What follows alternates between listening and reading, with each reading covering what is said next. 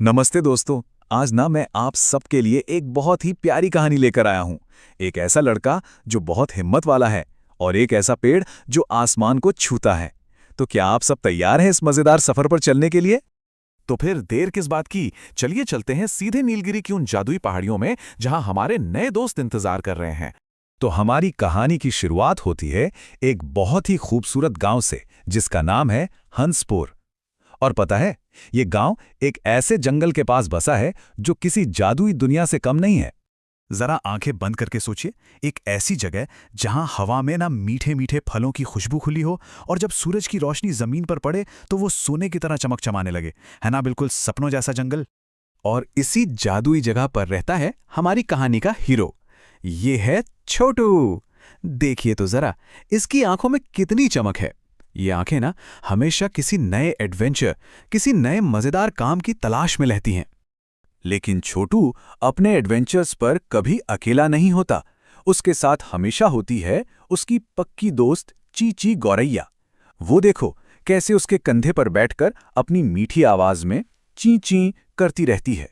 तो एक दिन जब सूरज खूब चमक रहा था, छोटू की जिंदगी में एक नया रोमांच आया। जानना चाहेंगे क्या हुआ? चलिए देखते हैं। घूमते घूमते ना छोटू जंगल के एक ऐसे हिस्से में पहुंच गया जहां पहले कोई नहीं गया था। और वहां अचानक उसकी नजर एक ऐसी चीज पर पड़ी जिसे देखकर वो बस देखता ही रह गया। उसे देखते ही छोटू के मन में एक ख्याल आया। अरे वाह, अगर मैं उस पेड़ के सबसे सबसे ऊंचे वाले खजूर तोड़ लूं ना, तो पूरे गांव में मेरी वाहवाही होगी, सब मुझे हीरो कहेंगे। तो देखिए, अब छोटू के सामने दो रास्ते थे। एक तरफ थे वो खजूर जो नीचे गिरे पड़े थे, जिन्हें उठाना बहुत आसान था, और दूसरी तरफ थे वो सबसे ऊंचे वाले खजूर जो उसे हीरो बना सकते थे। क्या मुश्किल फैसला था, है ना? और छोटू ने अपना मन बना लिया। उसने ऊपर चढ़ना शुरू कर दिया। उसकी नजरें सिर्फ और सिर्फ पेड़ की सबसे ऊंची चोटी पर थीं। उसकी प्यारी दोस्त चिंची ने उसे रोकने की कोशिश की। वो चहकी, छोटू रुको तो, नीचे देखो, यहां जमीन पर ही कितनी बड़ी दावत सजी है। पर छोटू ने चीची की बात पर ध्यान ही नहीं दिया। वो तो बस ऊपर और ऊपर चढ़ता गया, जहां हवा भी तेज हो रही थी और टहनियां भी पतली होती जा रही थी। उसने अपना हाथ आगे बढ़ाया, बस वो खजूरों तक पहुंचने ही वाला था कि तभी कड़ाक एक जोर की आवाज आई और टहनी टूट गई। छोटू की एक चीख निकली और वो धड़ाम नीचे गिरता गया और जाकर नरम झाड़ियों में गिरा। वो डर गया था और उसकी आंखों में आंसू आ गए।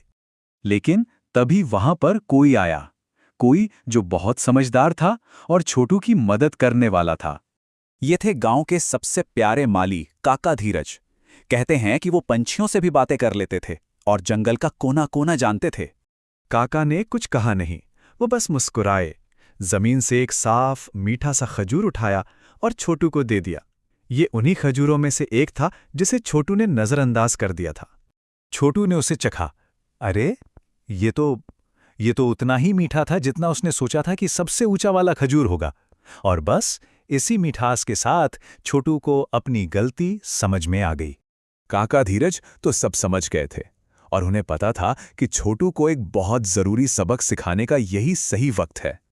उन्होंने छोटू से कहा, बेटा पता है, अक्सर हम उस जमीन को ही भूल जाते हैं जो हमें सब कुछ देती है, सिर्फ इसलिए क्योंकि हम दुनिया को दिखाना चाहते हैं कि हम चोटी पर पहुंच सकते हैं। और फिर उन्होंने छोटू को एक बहुत प्यारा शब्द सिखाया, संतोष। संतोष का मतलब होता है जो हमारे पास है उसी में खुश रहना, बिल्कुल उन मीठे खजूरों की तरह जो जमीन पर ही छोटू का इंतजार कर रहे थे। तो दोस्तों, इस कहानी से हमें क्या सीखने को मिलता है? यही कि असली खजाना, असली खुशी अक्सर हमारे बिल्कुल पास होती है। हमें उसे पाने के लिए बहुत ऊंचा चढ़ने की जरूरत नहीं, बस अपने आसपास देखने की जरूरत है।